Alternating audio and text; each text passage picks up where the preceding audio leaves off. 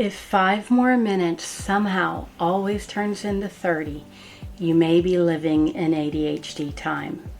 Most days I looked up and somehow it was time to pick up the kids from school. Time just evaporates. It's not that you don't care about being on time.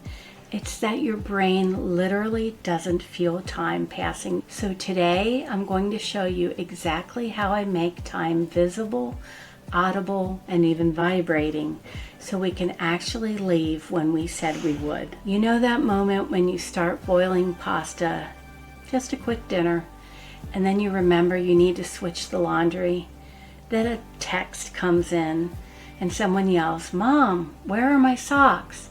And 10 minutes later, the smoke alarm becomes your kitchen timer. That is time blindness in action. It's not that you got distracted on purpose. It's that your brain literally loses track of time passing. The ADHD brain processes time differently. So what feels like 2 minutes in your head might actually be 20 in real life. And if you're juggling kids, meals, backpacks, and a dozen mental tabs, it's no wonder the minutes vanish without warning. But here's the good news. You can train your brain to see time better. It just takes some clever external cues to make the invisible visible. Which brings us to the very first thing that changed everything for me. When your brain forgets time exists until something beeps or burns, the trick is simple. Make time impossible to ignore. Start by putting clocks in every single room. Even have one right in the bathroom so I don't lose track while I'm just putting on mascara. Then add visual timers. Those colorful ones where the red or blue wedge disappears as the minutes go by. They're amazing for ADHD brains because you can literally see time shrinking. I use them for everything from kids' cleanup races to stop scrolling now. Next, layer in sound.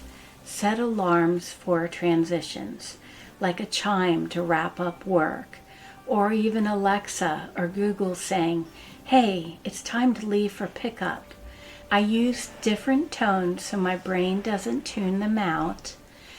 Calm chime for get ready, loud buzz for move now, or you can use the same one for everything.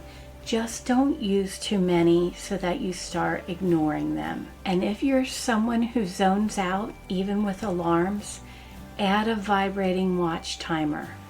I have one that buzzes every 15 minutes just to pull my focus back to the present. Every ADHD mom knows. We don't avoid chores because we're lazy. We avoid them because they're boring.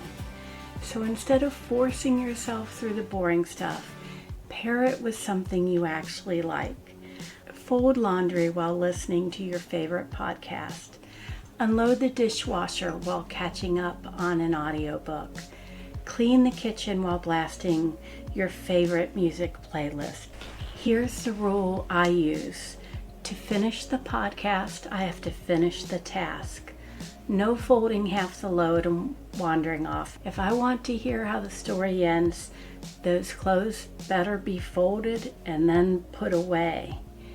It works because your brain gets dopamine from the thing you enjoy, and it carries you through the task you'd otherwise procrastinate. It's like sneaking vegetables into spaghetti sauce or brownies. You're getting the good stuff in while your brain's distracted by the flavor. This trick transforms chores from ugh to okay, this isn't so bad, maybe not wonderful, but not so bad. And bonus, you start to actually look forward to certain tasks because they're tied to something you enjoy. When I was in graduate school, a long time ago, I didn't have time to watch hardly any TV. So in order to watch this show I liked, I made a rule that I had to watch it while I was on the treadmill. Luckily, it was on Monday through Friday, so I got a lot of exercise. But that worked really well because I loved watching that show and I kept to my rule. So next time you catch yourself dreading a tedious job, ask, what can I pair this with to make it a little more fun? Because sometimes the best productivity hack is simply letting joy pull you through the boring parts. The trick that finally stopped me from being 10 minutes late to everything. It's what I call the count back rule. Instead of asking what time do I need to be there, ask what time do I need to start getting ready. If you need to be out the door at 3 o'clock, work backwards. It takes 10 minutes to wrangle shoes and find that one missing backpack, so 250. 10 more to grab snacks and wrangle toddlers, 240. Maybe 5 minutes to find your keys because, well, life, 235. Now you know. Start at 2:30 if you want to leave by 3 without the chaos. I might even add more with the toddler. But because ADHD time math is, let's just say, creative, I would add even more buffer. If I think something takes 10 minutes, I automatically give myself 15 or 20 every single time. It's like travel insurance for your schedule. And this way, you know you have a little wiggle room, but not too much, because things you don't expect are going to happen. But if you wander off the littlest bit, you have a little buffer if you get back fairly quickly. But here's the mindset shift. Being early isn't wasted time. It's calm time. It's do something that you want to do time. It's you sitting in the car for a few quiet minutes before pickup, or playing your favorite game on your phone. It's one deep breath before the next thing.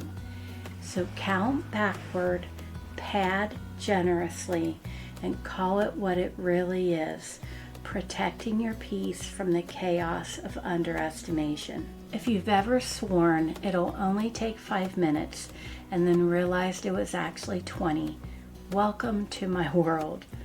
This next trick helped me retrain my brain to tell time at least a little more accurately. Start timing the things you already do. Seriously, grab your phone timer or a stopwatch and start noticing how long everyday stuff actually takes. How long to get everyone into the car, unload the dishwasher, get the kids out the door for school, make Thanksgiving dinner, whatever it is. Write it down for a week. You'll start to notice patterns like how quickly cleaning up the kitchen is always 20 minutes, not 5. At first, it feels silly, but what you're doing is teaching your brain what time feels like. It's data for your ADHD brain, a reality check that helps future you plan better.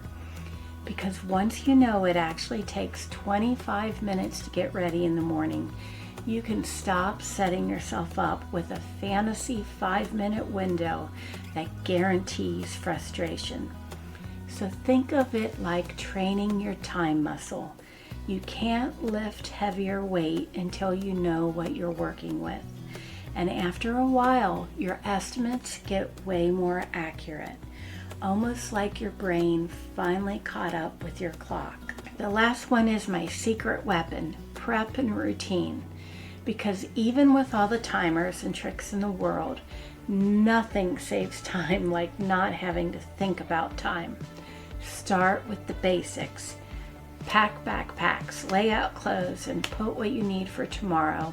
Snacks, packed diaper bag, purse, right by the door tonight. I even had a bag to toss library books when the kids were little, and actually still do. And I made them put their sports gear straight into the car the night before, so morning or afternoon us doesn't have to remember them. Then build what I call loose routines. Not rigid schedules, just repeatable rhythms. Like wake up, get dressed, breakfast, backpacks, out the door. Same order, same general times every day. Eventually, it runs on autopilot, just like you don't need to think to drive your car. Your body just starts moving even when your brain's still catching up. And the best part, it frees up mental energy for all the unpredictable mom stuff that pops up. But the key word is flexible. If you get caught chatting at the bus stop or bedtime runs a little late, that's fine. You planned for real life, not fantasy life. Routines aren't about being perfect. They're about being prepared. And when you set yourself up the night before, you start your day already winning. And if you try these tips and still have days where everything falls apart, it means you're human and you're parenting with ADHD. So before you start beating yourself up for being late, forgetting something, I want you to watch this next video. It's all about how to release the mom guilt that comes with ADHD. Because you don't need more shame. You need understanding and a reset. So click right here to watch Release ADHD Mom Guilt.